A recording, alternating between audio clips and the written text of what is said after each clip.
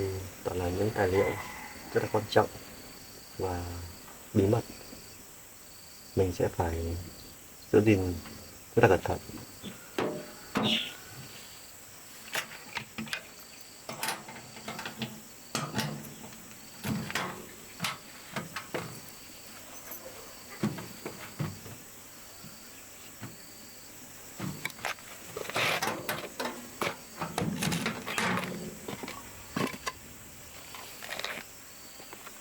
Đây rất thích hợp để đào chiếc hầm bí mật, rất thuận tiện để bảo quản những tài liệu quan trọng.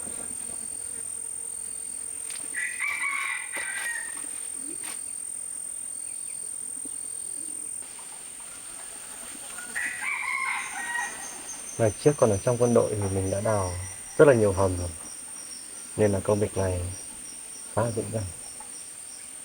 Mình sẽ đào chiếc hầm bí mật tại đây.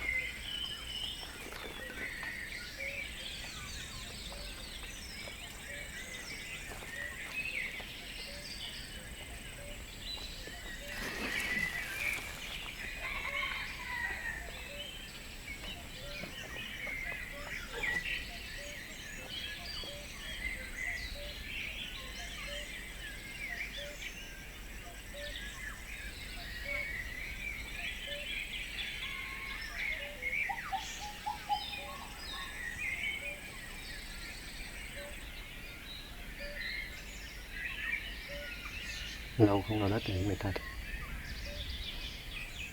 nhưng mà mình sẽ cố gắng. Chỉ huy đã giao cho mình nhiệm vụ là phải cất giấu những tài liệu bí mật. Mình sẽ cố gắng để hoàn thành căn hầm này.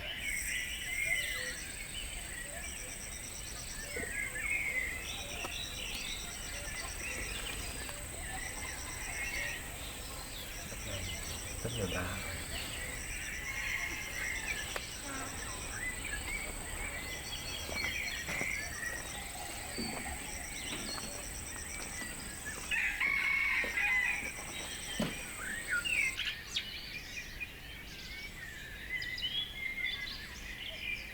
Chỉ huy đã tin tưởng mình như vậy, mình sẽ phải cố gắng hoàn thành tốt nhiệm vụ lần này.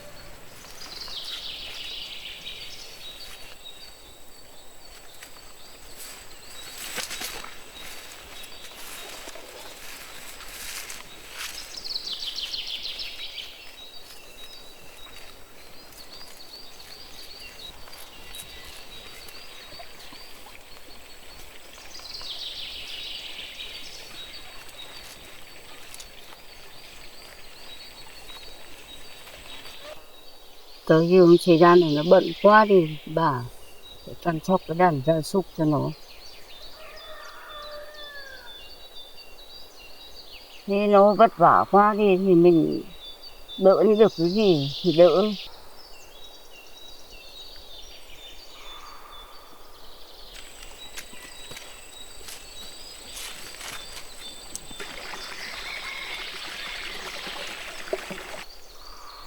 Mình thì có tuổi rồi, già, đỡ được nó được gì thì đỡ thôi.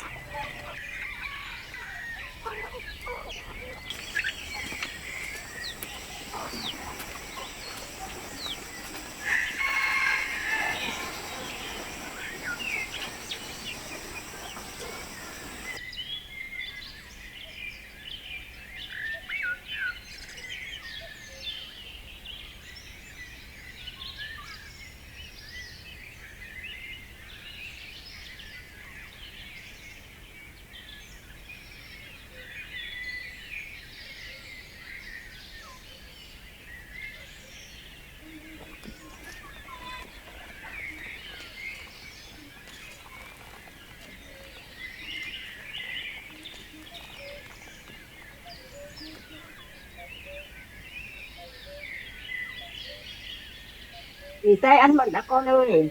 Vâng. Ừ. Vâng. Bà ngồi đây bà. Ừ. Vâng. Ngày cũng mệt quá bạn. Làm cái hầm này cũng có sức. Đau lòng đấy.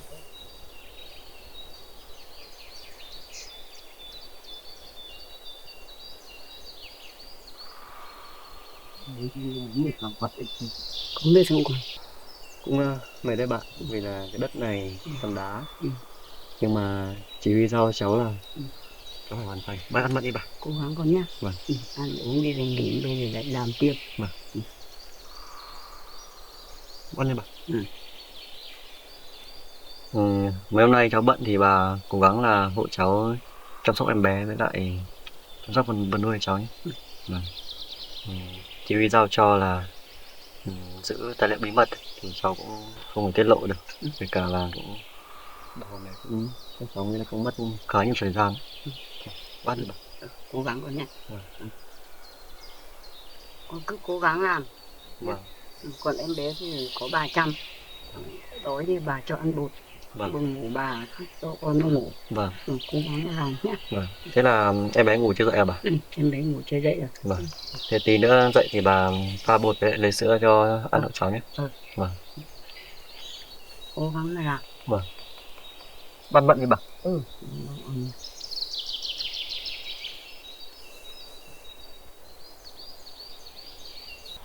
Đất này cũng đợt nào mệt thật bà. Ừ. Nhiều đá toàn đá phong. Ừ. Vâng. Nhưng mà được cái là cháu trong một đội cháu cũng đào qua rất nhiều rồi. Ừ. Nên là cũng chị cũng nghĩ là cũng xong sớm. Ừ. Tầm 10 đến 15 ngày sao. Ừ. Cố gắng con nhé. Vâng. Ừ.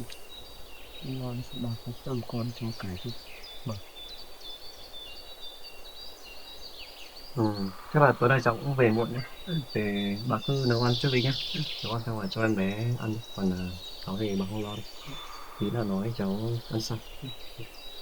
Ừ. Cũng cố gắng làm buổi tối cho nó mát. Ừ. Làm cho nó đỡ mệt. Ừ. Ừ. Ừ. Nghỉ cái ăn cơm xong đi. Vâng.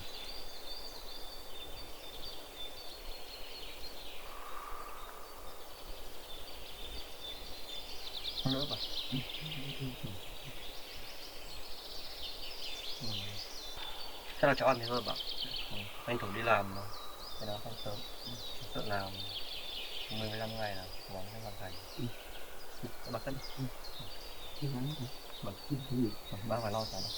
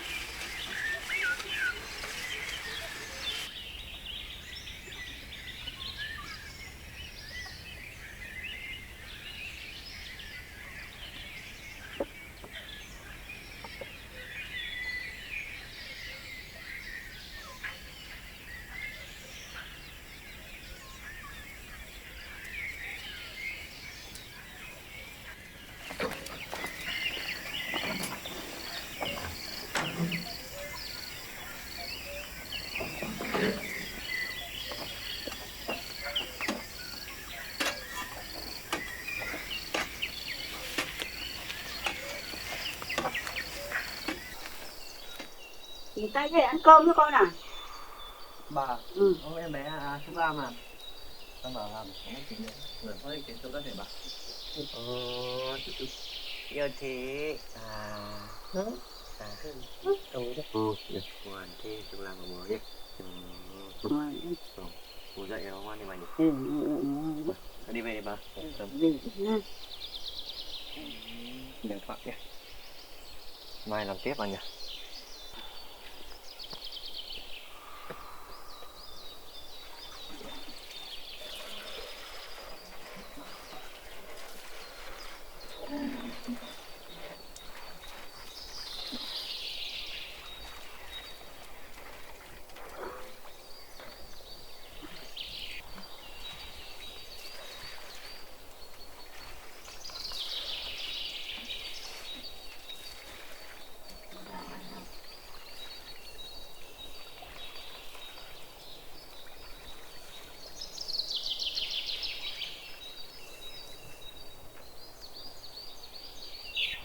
Cượng thôi nhờ. Bỏ qua con ạ. Gì bố bỏ nha. Yêu thế nhỉ? Là thế bà sao đây nó còn xong chết rồi. Nhiều quá Trúc Lam nha.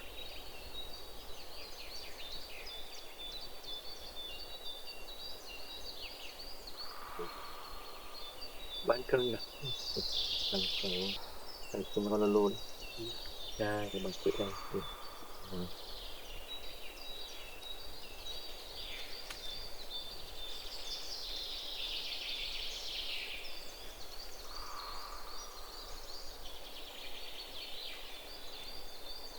Bán cơm đi bà.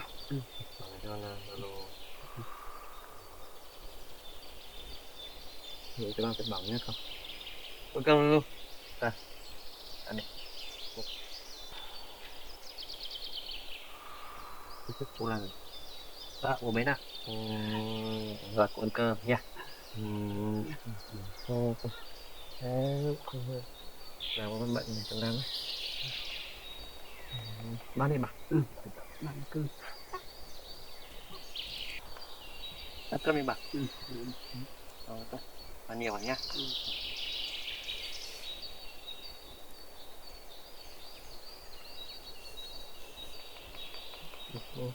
Không ăn được bà. Ăn đi bà, ăn thịt đi bà. Nó cho thằng ăn gì mà ăn gì mà nhớ rồi rồi. Rồi. Cơ bản ngon các bạn. Cơ bản ngon.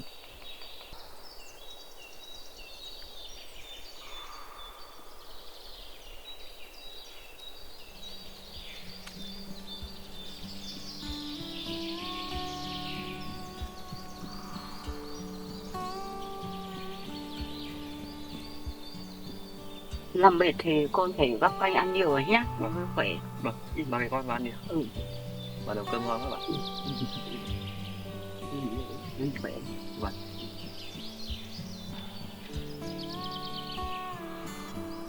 Xong rồi, chúng ta ơi, mua này. Rồi, có được. Ăn xem gà.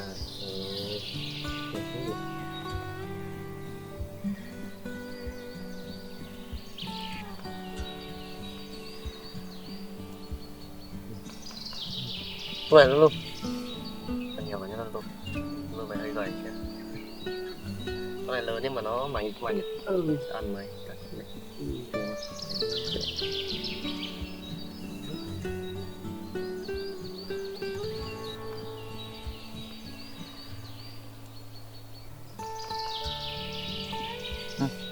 Mama.